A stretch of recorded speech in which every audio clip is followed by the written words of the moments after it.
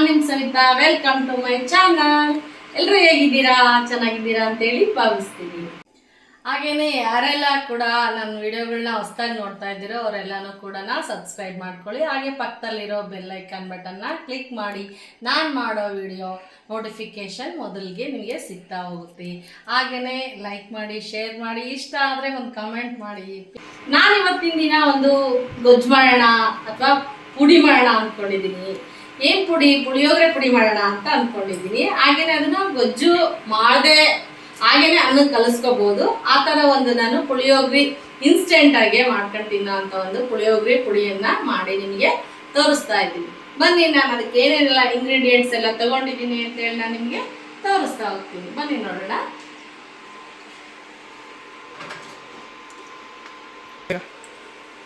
ನಾನು ಈ ಪುಳಿಯೋಗರೆ ಪುಡಿಗೆ ಇನ್ಸ್ಟೆಂಟಾಗಿ ಬೇಕು. ನನ್ನ ಮಗ PGಯಲ್ಲಿ ಇದ್ದಾನಲ್ವಾ, ಅವನಿಗೆ PG ಊಟ ಏನಾದರೂ ಬೇಜಾರು ಅನಿಸಿದರೆ ಅವನಿಗೆ ಗ್ರೇವಿಗಳು ಎಲ್ಲ ರೈಸ್ಗೆಲ್ಲ ಕೊಡ್ತಾರೆ, ನನಗೆ ಇಷ್ಟ ಆಗಲ್ಲ. ಹಂಗಾಗಿ ನನಗೆ ಒಂದು ಪುಳಿಯೋಗರೆ ಪುಡಿ ಮಾಡಿಕೊಡಮ್ಮ ನೀನು, ಹಾಗೇ ತುಪ್ಪ ಹಾಕೊಂಡು ಕಲಿಸ್ಕೊಳಂಗಿರಲಿ ಅಂತ ಹೇಳಿ ಭಾಳ ದಿನದಿಂದ ಕೇಳೋಣ. ಬೇಡ ಕಣೋ, ಅಲ್ಲದೇ ಊಟ ಮಾಡೋ ಅಂತಿದ್ದೆ ನಾನು. ಇವತ್ತಿಲ್ಲ, ತೋರಿಸ್ದಂಗೆ ಆಗುತ್ತೆ, ನನ್ನ ಮಗನಿಗೆ ಕಳಿಸ್ದಂಗೆ ಆಗುತ್ತೆ ಅಂತೇಳಿ ಇವಾಗ ಮಾಡೋಕ್ಕೆ ಇಟ್ಕೊಂಡಿದ್ದೀನಿ.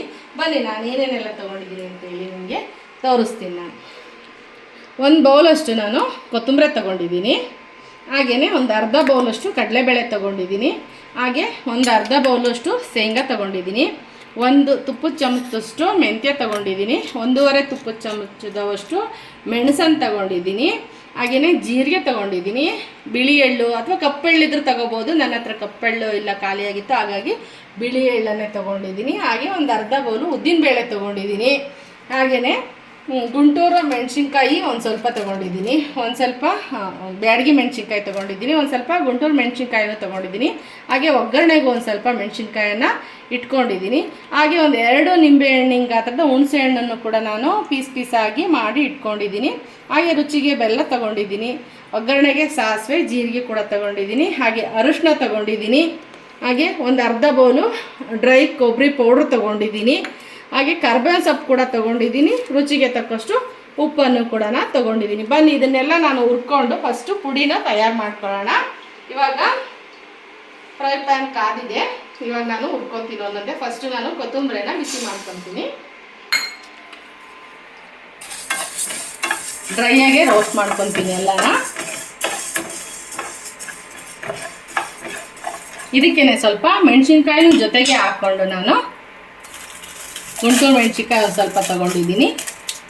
ಹಾಗೆಯೇ ಒಂದು ಸ್ವಲ್ಪ ಬ್ಯಾಡಗಿ ಮೆಣಸಿನ್ಕಾಯಿ ಕೂಡ ಹಾಕ್ಕೊಂಡಿದ್ದೀನಿ. ಸ್ವಲ್ಪ ಕರ್ಬೇವಿನ ಸೊಪ್ಪನ್ನು ಸೇರಿಸಿ ಇದರಲ್ಲೇ ಪುಡಿ ಮಾಡ್ಕೊತೀನಿ. ಒಂದು ಸ್ವಲ್ಪ ಒಗ್ಗರಣೆಗೊಳಿಸ್ಕೊತೀನಿ.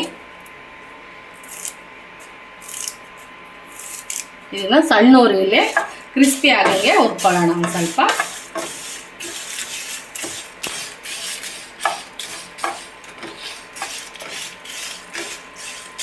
ಘಮ ಬರಲಿ. ಇದು ಕೊತ್ತಂಬರಿದೆಲ್ಲ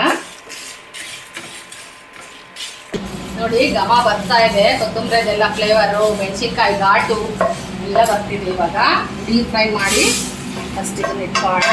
ನೆಕ್ಸ್ಟ್ ಇವಾಗ ಬೇಳೆಕಾಳುಗಳೆಲ್ಲ ಹುರ್ಕೊಳ್ಳೋಣ. ಇವಾಗ ಕಡಲೆಬೇಳೆ ಮತ್ತು ಉದ್ದಿನಬೇಳೆನ ಸೇರಿಸ್ಕೊಂಡು ಚೆನ್ನಾಗಿ ಫ್ರೈ ಮಾಡ್ಕೊಳ್ಳೋಣ.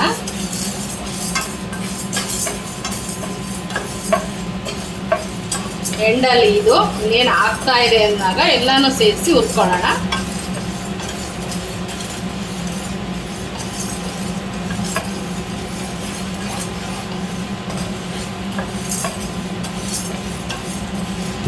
ಇವಾಗ ಬನ್ನಿ, ಇದು ರೋಸ್ಟ್ ಆಗ್ತಿದೆ. ಅದ್ರ ಜೊತೆಗೇನೆ ನಾನು ಮೆಣಸು ಮತ್ತು ಮೆಂತ್ಯ ಬಿಸಿ ಮಾಡ್ಕೊತೀನಿ. ಹಾಗೇನೆ ಸ್ವಲ್ಪ ಜೀರಿಗೆನೂ ಕೂಡ ಇಳಿಸ್ಬೇಕಾದ್ರೆ ಹಾಕ್ಕೊತೀನಿ. ಇದನ್ನು ಬೇಳೆನ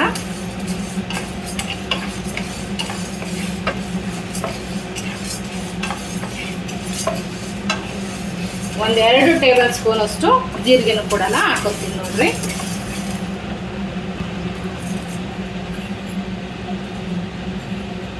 ಹಾಗೆಯೇ ಎಳ್ಳು ತೊಗೊಂಡಿದ್ನಲ್ಲ ನಾನು, ಇದೊಂದು 3 ತುಪ್ಪದ ಚಮಚದಷ್ಟಿದೆ. ಕರಿ ಎಳ್ಳು ಹಾಕೊಂಡ್ರೆ ಇದು ತುಂಬ ಚೆನ್ನಾಗಿರುತ್ತೆ.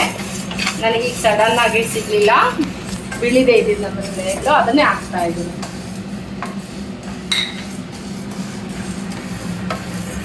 ಒಂದು ಸ್ವಲ್ಪ ಎಲ್ಲ ಬಾಡಿಸ್ಕೊಂಡು ಎಳ್ಳು ಚಟ್ಪಟ ಅನ್ನತ್ತಲ್ಲ ಅದು ತೆಗ್ಕೊಂಡ್ಬಿಡೋಣ.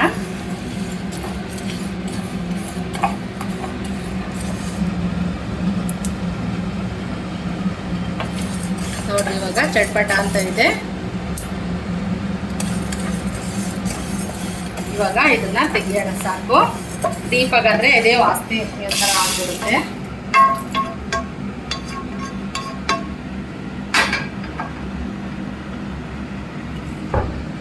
ಸ್ವಲ್ಪ ಹುಣಸೆಹಣ್ಣೆಲ್ಲ ಸಣ್ಣ ಸಣ್ಣದಾಗಿ ಮಾಡ್ಕೊಂಡು ಹಾಕೊಂಡಿದ್ದಲ್ಲ ಅದು ಸ್ವಲ್ಪ ನಾನು ಫ್ರೈ ಮಾಡ್ಕೊಳ್ತೀನಿ.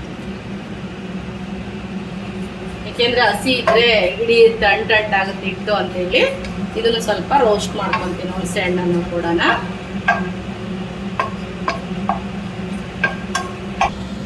ಜೊತೆಗೆ ಕೊಬ್ಬರಿ ತಗೊಂಡಿದ್ದಲ್ಲ ಅದನ್ನು ಸ್ವಲ್ಪ ಹಾಗೇನೆ ಬಿಸಿ ಮಾಡ್ಕೊಳ್ಳೋಣ. ಅದ್ರ ಜೊತೆಗೆಲ್ಲ ಸ್ವಲ್ಪ ಬಿಸಿ ಆಗಲಿ. ಯಾಕೆಂದರೆ ಇದು ತಿಂಗಳಾನ್ಗಟ್ಲೆ ಇಟ್ಕೋಬೋದು, ಇಟ್ಕೊಂಡು ತಿನ್ನೋರಾದರೆ ಆ ಥರನೂ ಮಾಡ್ಕೋಬೋದು. ಹಾಗಾಗಿ ಸ್ವಲ್ಪ ಎಲ್ಲ ಬಿಸಿ ಮಾಡಿಕೊಂಡ್ರೆ ತೇವಾಂಶ ಏನಾದರೂ ಇದ್ದರೆ ಹೋಗುತ್ತೆ ಅಂತ ಕೊಬ್ಬರಿನೂ ಕೂಡ ನಾನು ಒಂದು ಸ್ವಲ್ಪ ಬಿಸಿ ಮಾಡಿ ಹಾಕ್ಕೊತಾ ಇದ್ದೀನಿ. ಅದು ನಿಮ್ಮ ಆಪ್ಷನ್ಸು. ಬೇಕು ಅಂದರೆ ಕೊಬ್ಬರಿ ಹಾಕ್ಕೊಂಡ್ರೆ, ಇಲ್ಲಾಂದರೆ ಅನ್ನ ಮಾಡ್ಕೊಂಡು ನೀವು ಸ್ವಲ್ಪ ಕೊಬ್ಬರಿ ತುರಿ ಹಾಕ್ಕೊಂಡು ಆ ಪೌಡ್ರನ್ನು ಹಾಕ್ಕೊಂಡು ಮಿಕ್ಸ್ ಮಾಡ್ಕೊಳ್ಳೋಣ, ನಾವು ತಿನ್ಬೋದು ಚೆನ್ನಾಗಿ. ಸೇರಿಸೋಣ ಇದನ್ನೆಲ್ಲ ಪೌಡ್ರ್ ಮಾಡ್ಕೊಳ್ಳೋಣ. ಅತಿ ಫೈನ್ ಬೇಡ ಪೌಡ್ರು, ಸ್ವಲ್ಪ ತರಿಯಾಗಿ ಮಾಡ್ಕೊಳ್ಳೋಣ. ಬನ್ನಿ, ಇದೆಲ್ಲ ಇವಾಗ ನಾನು ಹುರ್ಕೊಂಡಿರೋದೆಲ್ಲ ತಣ್ಣಗಾಗಿದೆ. ಇವಾಗ ಇದನ್ನು ನಾನು ಪೌಡ್ರ್ ಮಾಡ್ಕೊತೀನಿ.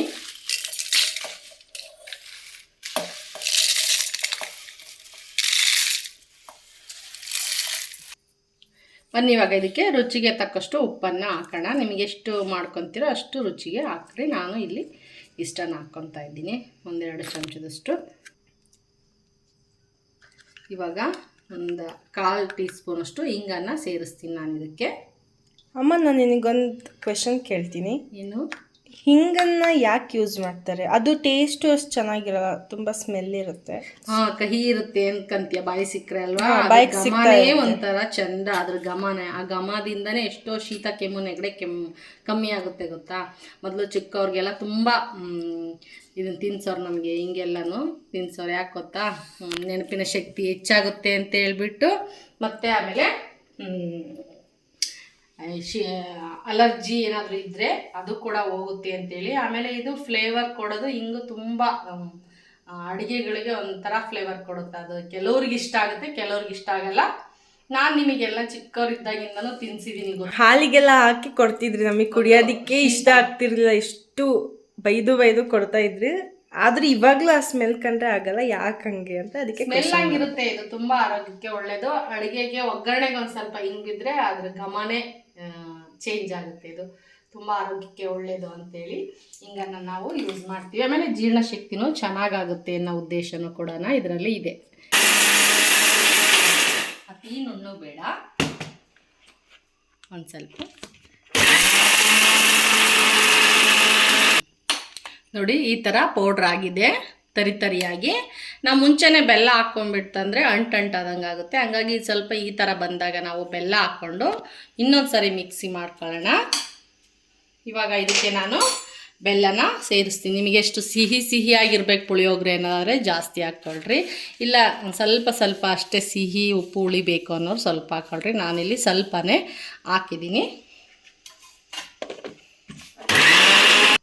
ನೋಡಿ, ಈ ಥರ ಪುಡಿ ಮಾಡ್ಕೊಂಡಿದ್ದೀನಿ ನಾನು.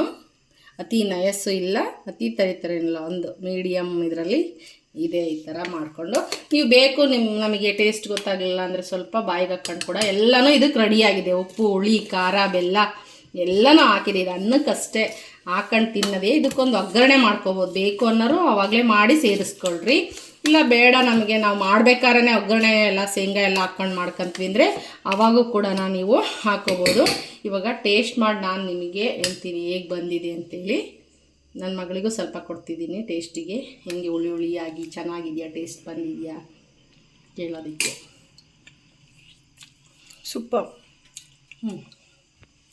ಸೂಪರ್ ಇದೆ, ಚೆನ್ನಾಗಿದೆ. ಅನ್ನಕ್ಕೆ ಕಲಿಸಿದ್ಮೇಲೆ ಯಾವ ಥರ ಬರುತ್ತೆ ನೋಡೋಣ. ಸ್ವಲ್ಪ ಬೆಲ್ಲ ಸೇರಿಸ್ಬೇಕು ಅನ್ಸುತ್ತಲ್ಲ, ಎಷ್ಟು ಸಕ್ಕತ್ತಾಗಿದೆ. ಖಾರವಾಗಿದೆ ಸ್ವಲ್ಪ ಅನಿಸುತ್ತೆ. ನಾನಿಲ್ಲಿ ಸ್ವಲ್ಪ ಖಾರನ ಜಾಸ್ತಿನೇ ಸೇರಿಸ್ಕೊಂಡಿದ್ದೀನಿ. ನಾನು ಸ್ವಲ್ಪ ಖಾರ ಕೇಳ್ತೀವಿ, ಹಾಗಾಗಿ ನಿಮಗೆ ಖಾರ ಕಮ್ಮಿ ಬೇಕು ಅನ್ನೋರು ಸ್ವಲ್ಪ ಮೆಣಸಿನ್ಕಾಯಿ ಒಂದು ಸ್ವಲ್ಪ ಕಮ್ಮಿ ಹಾಕ್ಕೊಳ್ರಿ. ಬೇಕಂದರೆ ಒಗ್ಗರಣೆಗೆ ನೀವು ಒಂದೆರಡನ್ನು ಕೊಟ್ಕೋಬೋದು ಮೆಣಸಿನ್ಕಾಯಿನ. ಬನ್ನಿ ಇವಾಗ ಒಗ್ಗರಣೆ ಮಾಡೋಣ. ನಾನು ಪೌಡ್ರು ಹಾಗೆ ಇಟ್ಕೊತಾ ಇದ್ದೆ. ಇವಾಗ ನಾನು ಮಗನ ಕಳಿಸ್ಬೇಕಲ್ವಾ, ಅವ್ನಿಗೆ ಇನ್ಸ್ಟೆಂಟಾಗಿ ಬೇಕು ಅಂತ ಹೇಳಿ ನಾನೆಲ್ಲ ಒಂದ್ಸರಿ ಒಗ್ಗರಣೆಗೆ ಆ ಪುಡಿಯೆಲ್ಲ ಬಾಡಿಸ್ಕೊತೀನಿ, ಅವನಿಗೂ ಯೂಸ್ ಆಗುತ್ತೆ ಅಂತೇಳಿ.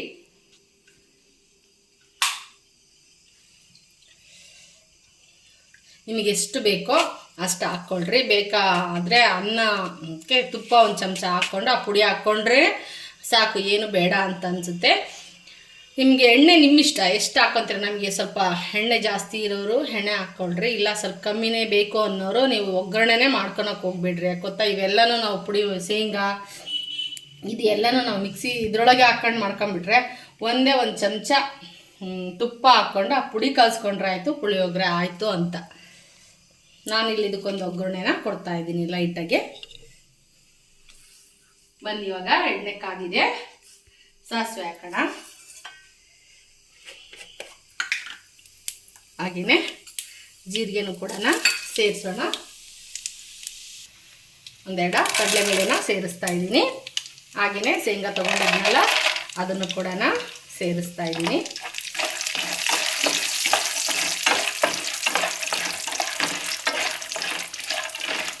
ಹಾಗೆಯೇ ಇದಕ್ಕೆ ಸ್ವಲ್ಪ ಕರ್ಬೇವಿನ ಸೊಪ್ಪು, ಒಂದೆರಡು ಮೆಣಸಿನ್ಕಾಯಿ, ಒಂದೆರಡು ಬ್ಯಾಡಗಿ, ಒಂದು ಗುಂಟೂರು ಒಗ್ಗರಣೆಗೆ ತಗೊಂಡಿದ್ದೀನಿ, ಅದನ್ನು ಅದಕ್ಕೆ ಸೇರಿಸೋಣ.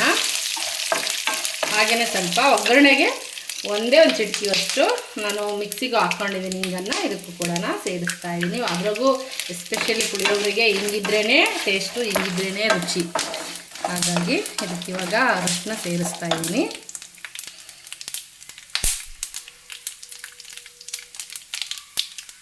ಅರಿಶಿನ ಹಾಕಿದ್ರೆ ಎಲ್ಲೋ ಆಗುತ್ತಲ್ವಾ, ಚೂರು ರುಚಿಗೆ ಇಷ್ಟು ಉಪ್ಪನ್ನು ಸೇರಿಸ್ತಾ ಇದ್ದೀನಿ. ಅರಿಶಿನ ಹಾಕಿದ್ರೆ ಎಲ್ಲ ಜೊತೆ ಸೇರಿಕೊಂಡ್ರೆ ಇದು ಇನ್ನು ಮೆಣಸಿನ್ಕಾಯಿನೂ ಎಣ್ಣೆಯಲ್ಲೆಲ್ಲ ಚೆನ್ನಾಗಿ ಹುರ್ಕೊಂಡು ಹಾಕಿದ್ರಂತೂ ಇನ್ನು ಫುಲ್ ಕಲರ್ಫುಲ್ಲಾಗಿರುತ್ತೆ ಪುಡಿ. ಇವಾಗ ಈ ಪುಡಿ ಮಾಡ್ಕೊಂಡಿದ್ನಲ್ಲ ಇದನ್ನು ಸೇರಿಸೋಣ. ಒಂದು ಸರಿ ಫ್ರೈ ಮಾಡ್ಕೊಳ್ಳೋಣ ಎಣ್ಣೆ ಒಳಗೆ. ಇದನ್ನು ಇನ್ಸ್ಟೆಂಟ್ ನಾವು ಎಣ್ಣೆ ಏನನ್ನು ಯೂಸ್ ಮಾಡ್ದಂಗೆ ಬರೀ ಅನ್ನಕ್ಕೆ ಕಲಿಸ್ಕೋಬೋದು. ಬೇಕು ಅನ್ನೋರು ಒಂದು ಚಮಚ ತುಪ್ಪ ಹಾಕ್ಕೊಂಡು ಕೂಡ ಕಲಿಸ್ಕೊಳ್ರಿ, ತುಂಬ ಚೆನ್ನಾಗಿರುತ್ತೆ.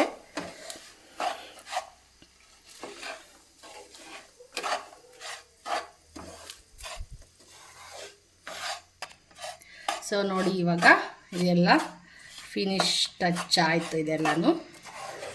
ಇವಾಗ ನಾನು ಅನ್ನಕ್ಕೆ ಕಲಿಸ್ಬಿಟ್ಟು ಯಾವ ಥರ ಅನ್ನಕ್ಕೆ ಹಾಕಿ ಕಲಿಸ್ಕೊಂಡು ತಿನ್ಬೋದು ಅಂತಲೂ ಹೇಳ್ತೀನಿ ನಿಮಗೆ.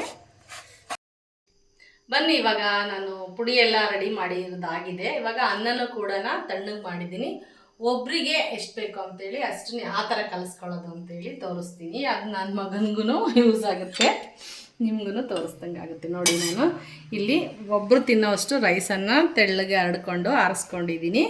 ಒಂದು ಚಮಚ, ಈಗ ಒಂದು ಅರ್ಧ ಚಮಚ ಹಾಕಿದ್ದೀನಿ, ಇನ್ನೊಂದು ಅರ್ಧ ಚಮಚ ಬೇಕು ಅಂದರೆ ಸೇರಿಸ್ಕೋಬೋದು ನೀವು.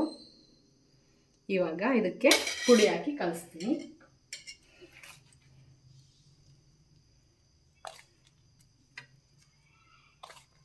ನಿಮಗೆ ರುಚಿಗೆ ಎಷ್ಟು ಬೇಕೋ ಅಷ್ಟು ಹಾಕ್ಕೊಳ್ರಿ. ಒಂದು ಸರಿ ಕಲಿಸ್ಕೊಂಡು ನಮಗೆ ಇನ್ನೂ ಬೇಕು ಪೌಡರ್ ಅಂದರೆ ನೀವು ಮತ್ತೆ ಸ್ವಲ್ಪ ಹಾಕ್ಕೊಂಡು ನೀವು ಕಲಿಸ್ಕೋಬೋದು. ಮತ್ತು ಇದಕ್ಕೇನು ಒಗ್ಗರಣೆ ಮೆಣಸಿನ್ಕಾಯಿ ಏನೂ ಹಾಕೋದು ಬೇಡ. ಈ ಥರ ಎಲ್ಲ ಮಾಡಿಟ್ಕೊಂಡ್ರೆ ನಾವು ಅಳತೆಗೆ ಸರಿಯಾಗಿ ನಮ್ಮ ಮನೆಗೆ ಎಷ್ಟು ನಾವು ಖಾರ ಉಪ್ಪು ತಿಂತೀವಿ ಅನ್ನೋದ್ರ ಮೇಲೆ ನಾವು ಕಲಿಸ್ಕೋಬೇಕು. ನೋಡಿ ಈ ಥರ ಆಗುತ್ತೆ. ನೀವು ಬೇಕಂದರೆ ಸ್ವಲ್ಪ ಕೊತ್ತಂಬರಿ ಸೊಪ್ಪು ಅದನ್ನೆಲ್ಲ ಹಾಕ್ಕೊಳ್ರಿ ಗಾರ್ನಿಷಿಗೆ. ಈ ಥರ ಆಗುತ್ತೆ. ಇದು ಸ್ವಲ್ಪ ಕಲರ್ ನಾನು ಎಣ್ಣೆ ಹಾಕುವುದಿಲ್ಲಲ್ಲ ಮೆಣಸಿನ್ಕಾಯಿ, ಹಂಗಾಗಿ ಕೆಂಪು ಕಲರು ಕಮ್ಮಿ ಆಗಿದೆ. ತಿನ್ನೋದಕ್ಕೆ ಮಾತ್ರ ತುಂಬ ಚೆನ್ನಾಗಿರುತ್ತೆ. ಹಾಗೆ ನಾನು ನಿಮಗೆ ಟೇಸ್ಟ್ ಮಾಡಿ ಕೂಡ ಹೇಳ್ತೀನಿ. ಬನ್ನಿ ನಾನು ಇನ್ಸ್ಟೆಂಟ್ ಪುಳಿಯೋಗರೆ ಪುಡಿನ ಮಾಡಿ ಅನ್ನಕ್ಕೆ ಕಲಿಸಿದ್ದೀನಿ. ಯಾವ ಥರ ಟೇಸ್ಟ್ ಬಂದಿದೆ ಅಂತೇಳಿ ಹೇಳ್ತೀನಿ. ಹಾಗೆ ಕಲಿಸೋದು ಯಾವ ಥರ ಅಂತಲೂ ತೋರಿಸ್ಕೊಟ್ಟಿದ್ದೀನಿ. ಮಕ್ಕಳೆಲ್ಲ ಹೊರಗೆಲ್ಲಾದರೂ ಇದ್ದರೆ ಅವರಿಗೆ ಅಲ್ಲಿ ಊಟ ಸೆಟ್ ಆಗ್ತಿಲ್ಲ ಅಂದರೆ ಈ ಥರ ಮಾಡಿಕೊಂಡ್ರೆ ಅವ್ರು ಏನು ಬೇಡ, ಪುಡಿ ಕಲಿಸ್ಕೊಂಡು ಬರೀ ರೈಸ್ಗೆ ತಿಂದ್ರೂ ತುಂಬ ಟೇಸ್ಟಿಯಾಗಿರುತ್ತೆ. ಈ ಥರ ಎಲ್ಲ ತುಂಬ ಚೆನ್ನಾಗಿರುತ್ತೆ. ನಾನಿವಾಗ ನಿಮಗೆ ಟೇಸ್ಟ್ ಮಾಡಿ ಹೇಳ್ತೀನಿ.